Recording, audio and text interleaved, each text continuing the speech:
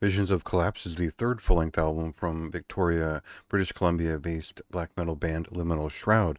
We could call them an atmospheric black metal band. We could call them a technical black metal band in some respects. They're very proficient musicians, but ultimately this is more of an atmospheric build overall, and this is a little bit more of an atmospheric experience taken in together. There is a little bit of progressive songcraft in here. There's a little bit of post black metal touch to some of their techniques.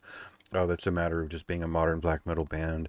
That, for me, this takes from the era of early Corrales Wolves in the Throne Room, and maybe is comparable to certain releases from Yellow Eyes in the sense that there is a lot of machinery working behind the scenes, but it creates a bit of a fog machine in terms of the actual music.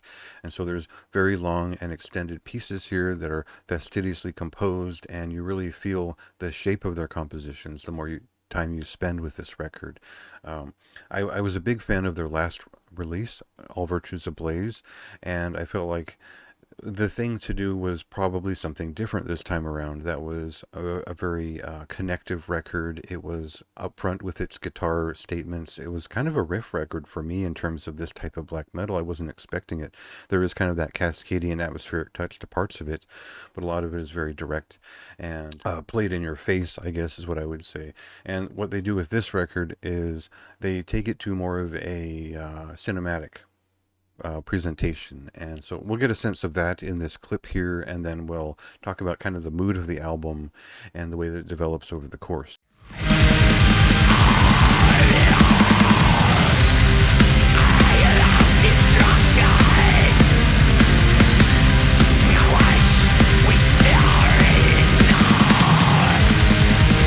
Well, I think it's important to understand the mood that a band is trying to convey beyond instinct, and part of the appeal of this record is just how nihilistic it is, and just how much it accepts death and dissolution.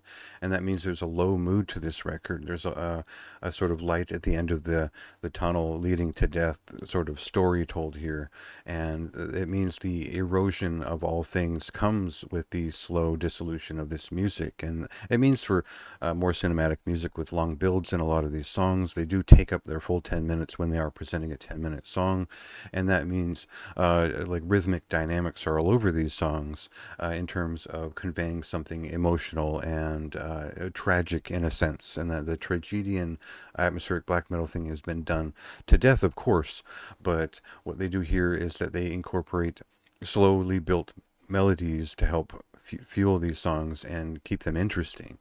The thing is that this is a very different tone than the last record. It is much more direct and concerned with its major goal, and I think that will lead to less of a frantic ebb and flow as compared to the last record. So it is a nuance to notice if you're that kind of person, but overall this is a different record than the last one that retains all of the skill involved with it.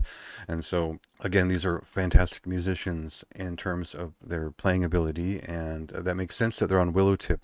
But this is kind of a record that I would feel maybe it's more of like an Eisenwald type thing if it were just a little bit more folkish and otherwise. So there is a progressive touch to this. There's a little bit of keen sense applied to its movement, but it's not necessarily a technical or avant-garde black metal record. It's much more focused on its emotional gust through.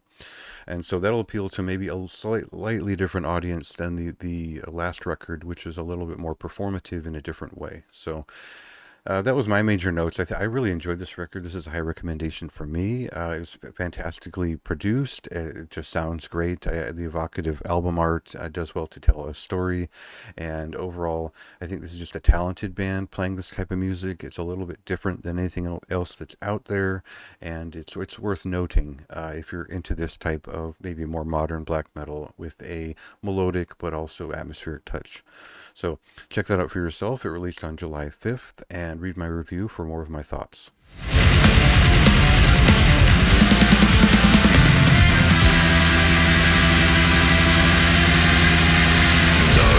distance, waters stopped and below.